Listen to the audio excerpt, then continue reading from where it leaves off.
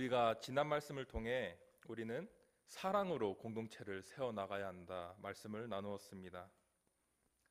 그 시간 동안 여러분들은 내가 사랑하지 못했던 사람 혹은 이해하지 못했던 사람을 의도적으로 품어주시고 사랑해 주셨나요? 사도 요한은 우리가 계명을 지키면 우리가 하나님을 알고 하나님과 교제하는 것이다 라고 말을 했습니다. 만약 하나님 말씀에 순종하지 않고 하나님을 안다 거짓말하면 그것은 나의 마음 가운데 하나님의 사랑이 없다라고 말했습니다. 그래서 우리가 정말 이 시간을 통하여서 내가 진짜 하나님의 사랑을 나누고 있는가, 하나님과 교제하고 있는가, 혹은 나 스스로 잘하고 있다 속이지 않는가 점검하는 시간 되기를 원합니다. 사도 요한은 계속해서 오늘 본문을 통해 우리에게 주어진 계명이 어떤 것인가, 왜 쓰여졌는가 얘기를 하고 있습니다. 7절 보니까 오늘 본문에서도 요한은 사랑하는 자들아 라고 시작을 합니다. 그리고 또 강조를 합니다. 바로 새 계명을 너에게 쓰는 것이 아니다. 너희가 처음부터 봤던 그 옛 계명이다. 너희가 어려서부터 읽고 들어왔던 그 말씀이다. 저희가 지난 시간 제가 십계명을 예로 들었는데 분명히 여기는 십계명 말고도 레위기나 많은 계명들이 포함이 되어 있었을 것입니다. 근데 이상한 것이 바로 다음 8절을 보니까 다시 너에게 새 계명을 쓴다라고 합니다. 바로 전에는 옛 계명이라 해놓고 이제는 바로 또 새 계명이라고 하니까 이게 문자적으로만 봤을 때는 좀 안 맞을 수가 있는데 이것을 하나씩 살펴보면 우선 이 서신을 쓴 요한은 1세대 그리스도인, 즉 예수님의 가르침과 말씀을 직접 듣고 배운 예수님의 제자입니다. 그런데 이 요한의 편지를 받는 사람들은 2세대 그리스도인으로서 예수님에게 직접 듣기보다는 사도들을 통해 예수님과 그 말씀을 전해들은 사람들입니다. 분명 예수님도 구약 말씀을 인용하셔서 말씀을 하셨고 가르침을 주셨는데 왜 새 계명이냐 말을 했는가 보니까 바로 예수님도 똑같이 가르치셨기 때문입니다. 그리고 요한도 그것을 사용한 것이죠. 요한의 다른 책인 요한복음 13장 34절입니다. 새 계명을 너희에게 주노니 서로 사랑하라. 내가 너희를 사랑한 것 같이 너희도 서로 사랑하라. 아멘. 예수님께서 새 계명을 너희에게 줬다고 하셨습니다. 그래서 요한은 예수님 바로 옆에서 이 말씀을 듣고 가르침을 받은 1세대 그리스도인이자 예수님의 제자였습니다. 그래서 요한일서 1장에서 나눴던 것처럼 요한이 내가 직접 보고 듣고 만져본 예수님을 너희에게 전한다 라고 한 것이 여기서도 볼 수 있는 것입니다. 그래서 계속 말하는 그 계명이 뭐냐? 우리가 지금 몇 주째 반복하고 있죠. 서로 사랑하라. 요한복음 13장 34절 말씀을 깊숙이 보면 예를 들어서 분명히 여러 율법들과 계명들이 있지만 하나를 찝어서 보면 예수님께서는 레위기 19장에 있는 말씀과 같은 맥락으로서 서로 사랑하라 라고 말씀을 하셨지만 마태복음 5장 44절에 말씀하신 것처럼 레위기에는 없는 원수까지도 사랑하라 라는 또 새로운 말씀을 주셨습니다. 이것을 봤을 때 옛 계명을 포함한 또 새로운 예수님의 가르침이 있었던 것을 우리는 볼 수 있습니다. 즉 요한이 새 계명이라 함은 예수님의 가르침을 인용한 것이고 그것은 구약시대의 전통을 벗어나지도 않았고 그 맥락을 유지하지만 새로운 예수님의 가르침을 포함할 수 있는 새로운 계명이다라고 볼 수 있는 것입니다. 그리고 중요한 것은 예수님은 자신의 가르침을 몸소 실천하셨습니다. 8절에 보시면 어둠이 지나가고 참빛이 벌써 비치미니라 라고 하셨는데 예수님은 그 빛을 우리에게 비추어 주셨고 이제는 우리가 그 빛을 우리 공동체 안에 더 나아가서는 세상을 향해 비춰야 할 때입니다. 저희 계속해서 10절, 11절 보겠습니다. 함께 읽겠습니다. 시작. 그의 형제를 사랑하는 자는 빛 가운데 거하여 자기 속에 거리낌이 없으나 그의 형제를 미워하는 자는 어둠에 있고 또 어둠에 행하며 갈 곳을 알지 못하나니 이는 그의 어둠이 그의 눈을 멀게 하였습니다. 아멘.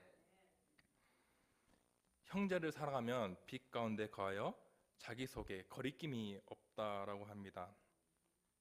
10절에 거리낌이 없으나라는 표현이 있는데 여기서 거리낌이라고 번역된 헬라어 단어는 스칸달론이라는 단어인데 이것을 동사형으로 바꿔서 보면 스칸달리조라는 단어입니다.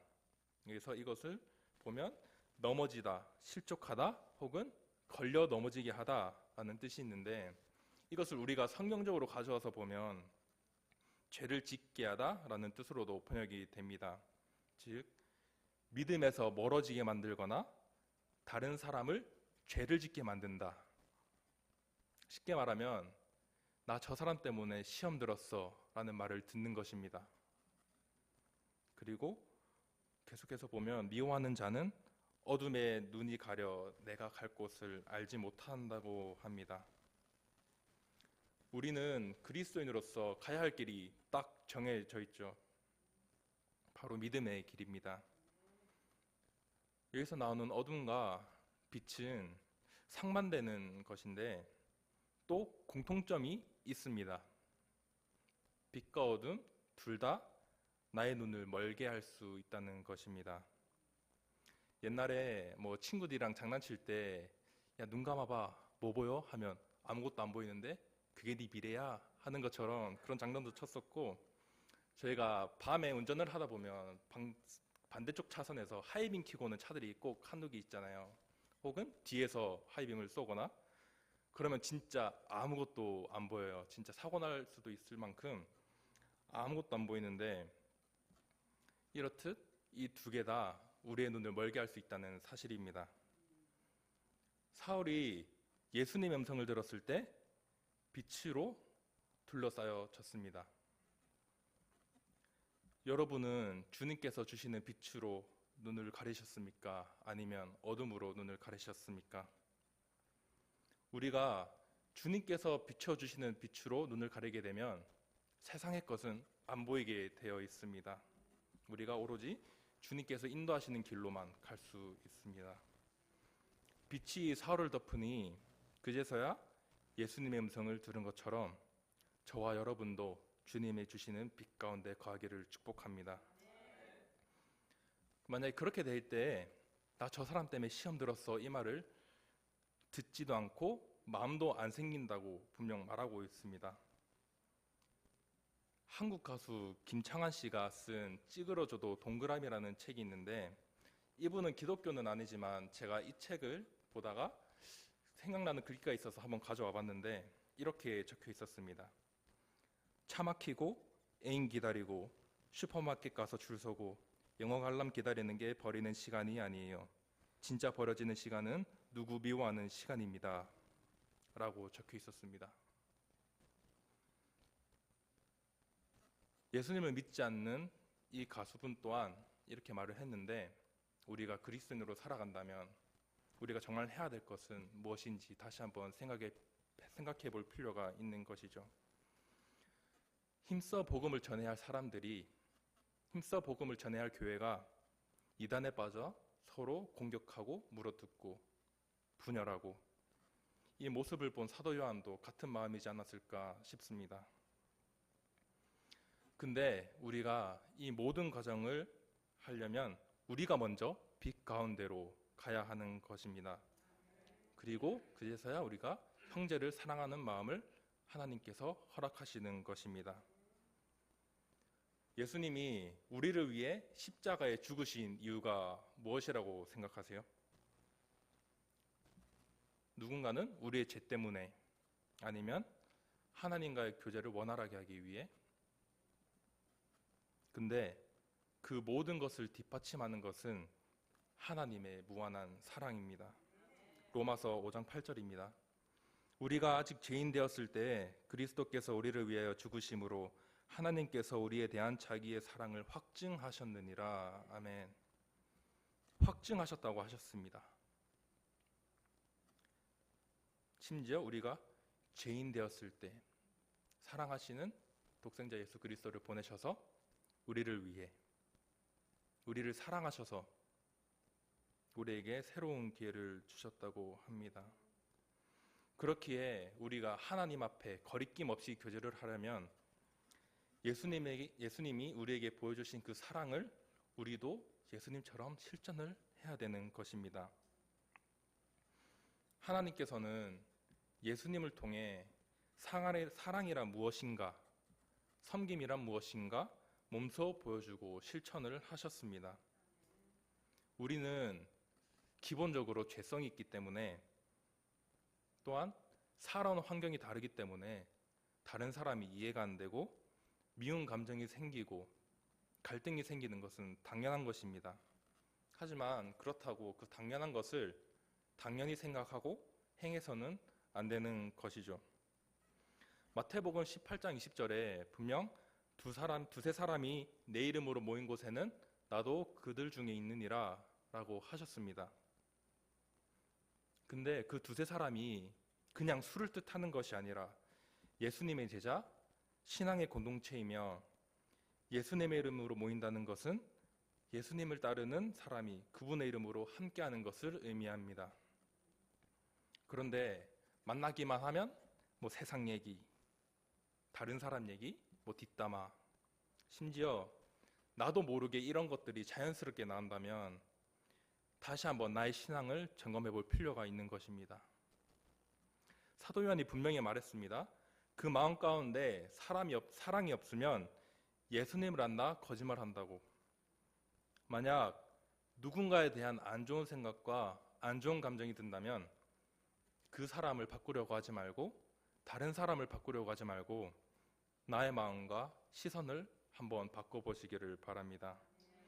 저 사람은 왜 저럴까? 왜 저렇게 행동할까? 가 아니라 여러분의 시선을 바꿔달라고 기도해 보세요. 하나님, 저 사람 진짜 마음에 안 들어요. 정말 안 맞아요.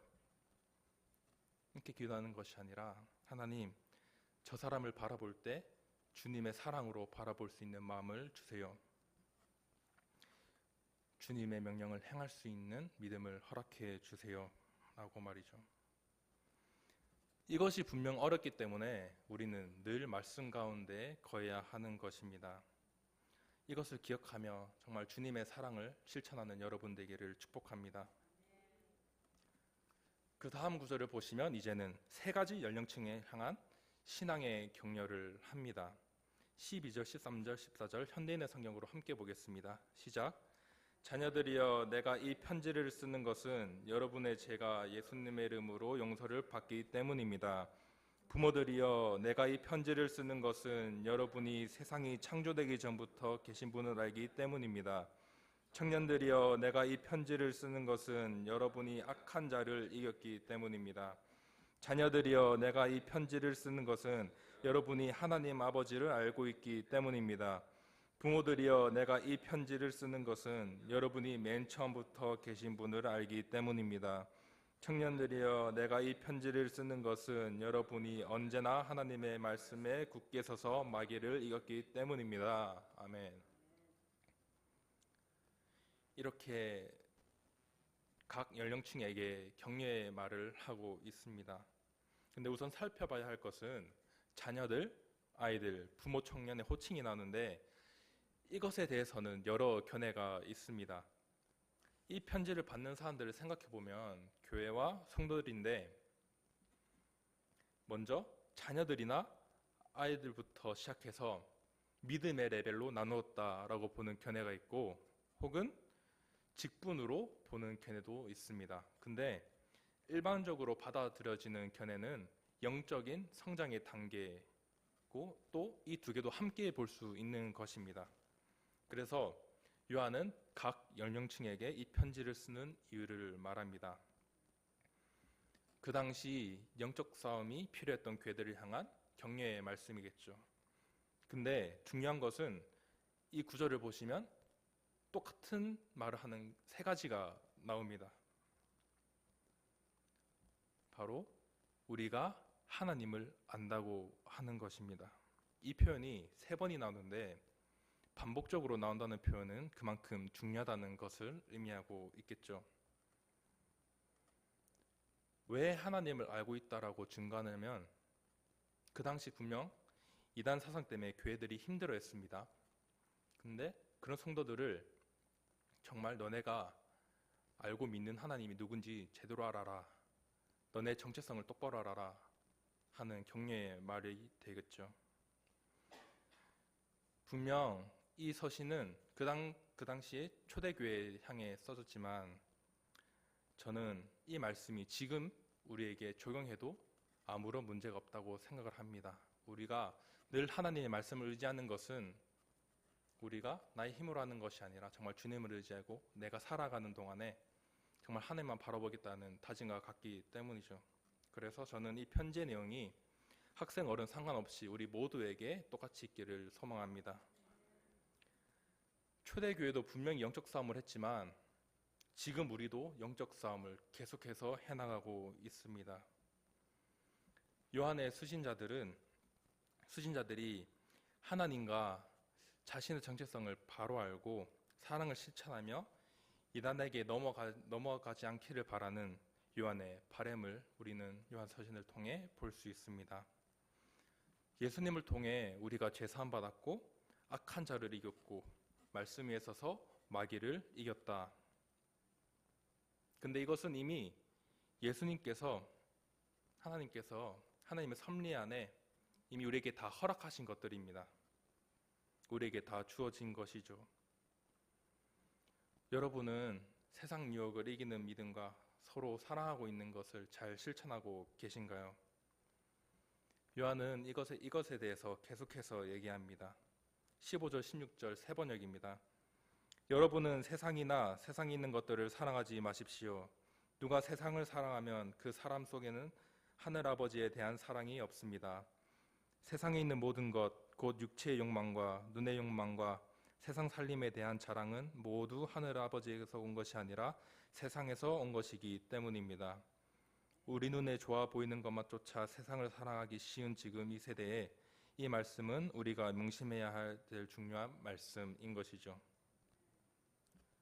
근데 여기서 구분해야 할 것은 하나님께서 지으신 세상과 타락해서 하나님을 떠나 그분의 통치를 받지 않는 세상은 저희는 구분을 해야 됩니다. 그래서 하나님의 통치를 벗어난 영적인 세상, 사상, 가치관, 삶의 방식은 우리가 따라야 하지 않는 세상인 것이죠.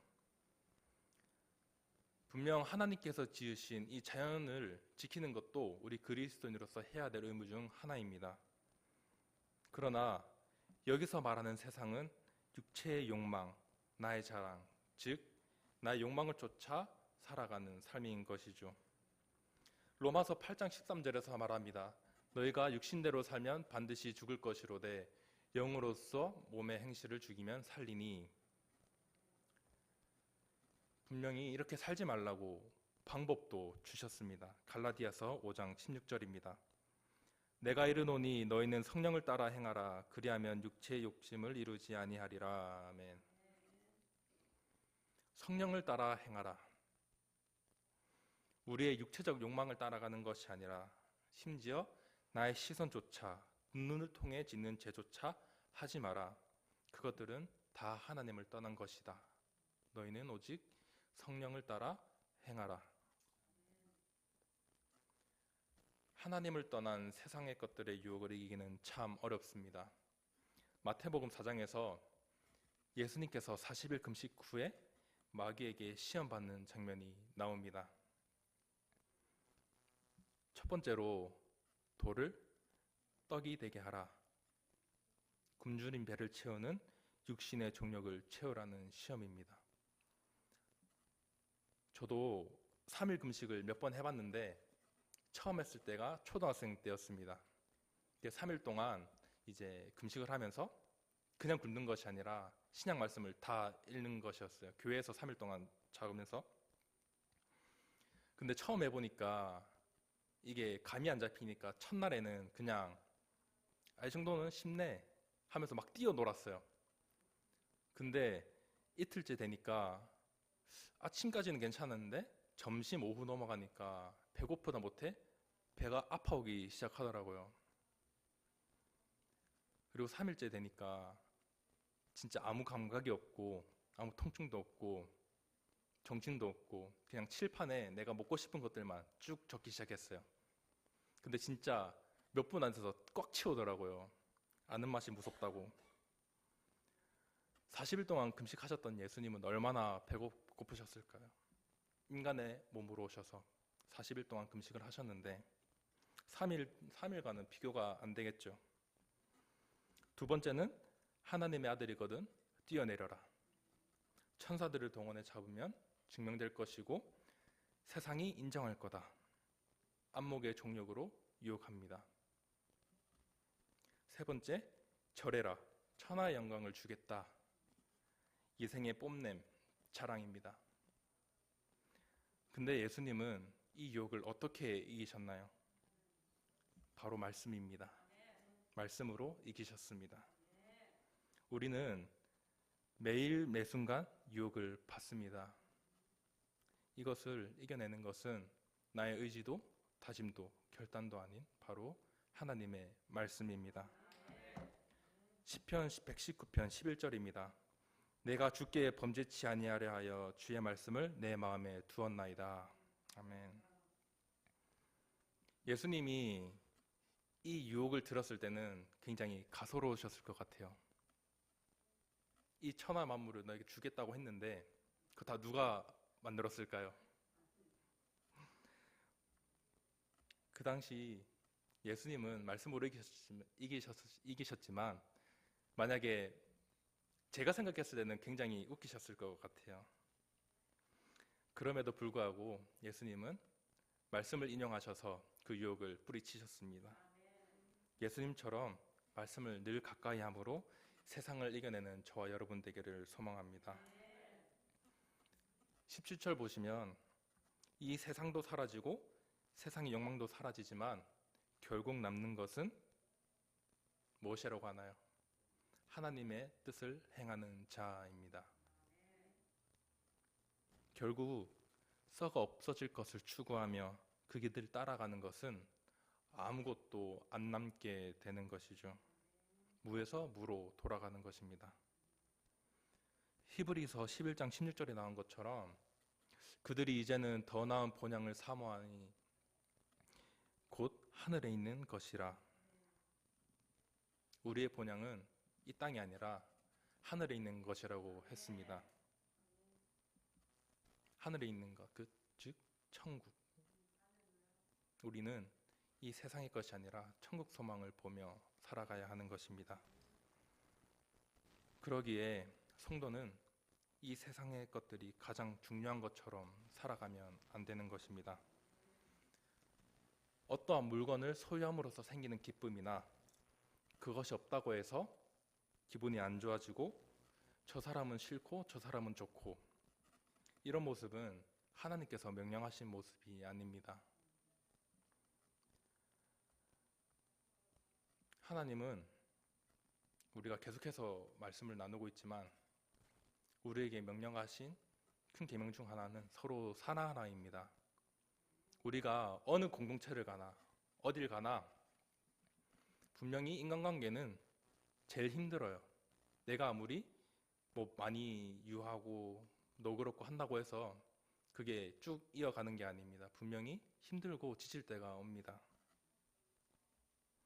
그럼에도 불구하고 우리가 이것을 우리의 힘으로 나의 의지로 해결을 한다고 한다면 우리는 결국 쓰러지게 돼 있습니다.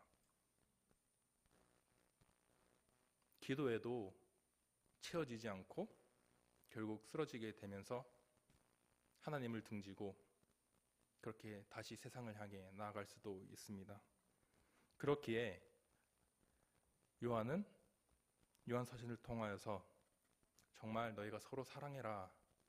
너희가 서로 사랑해야 너희 마음 가운데 하나님의 사랑이 있고 너희가 하나님을 바로 아는 것이다 라고 강조하고 있는 것입니다. 우리가 요한일서를 계속 나누고 있지만 계속 강조하는 것처럼 서로 사랑해라. 성도로 부르심은 예수님과 교제가 있는 사람입니다. 혹여 나의 마음 가운데, 나의 삶 가운데 주님께서 주신 말씀을 외면하고 살았다면 이제는 결단하셨으면 좋겠습니다. 지금껏 내가 원하는 것들을 하면서 살아왔다면, 나의 종욕을 채우면서 살아왔다면, 지금껏 그래왔다면 이제 충분히 했다고 생각을 합니다. 이제는 그리스도인으로서 믿음의 길을 걸어가야 할 때입니다. 요한이 성도들을 격려한 것처럼 하나님께서는 늘 우리와 동행하심을 믿습니다. 빛 가운데 인도하심을 믿습니다. 우리가 이 말씀을 믿고 의지할 때 우리는 하나님 앞에 순종하게 되며 하나님과의 관계가 바로 설 것입니다. 이러한 은혜가 저와 여러분 가운데 끊이지 않고 믿음의 길로 바로 걸어가는 주의 자녀가 되기를 주님의 이름으로 축원합니다.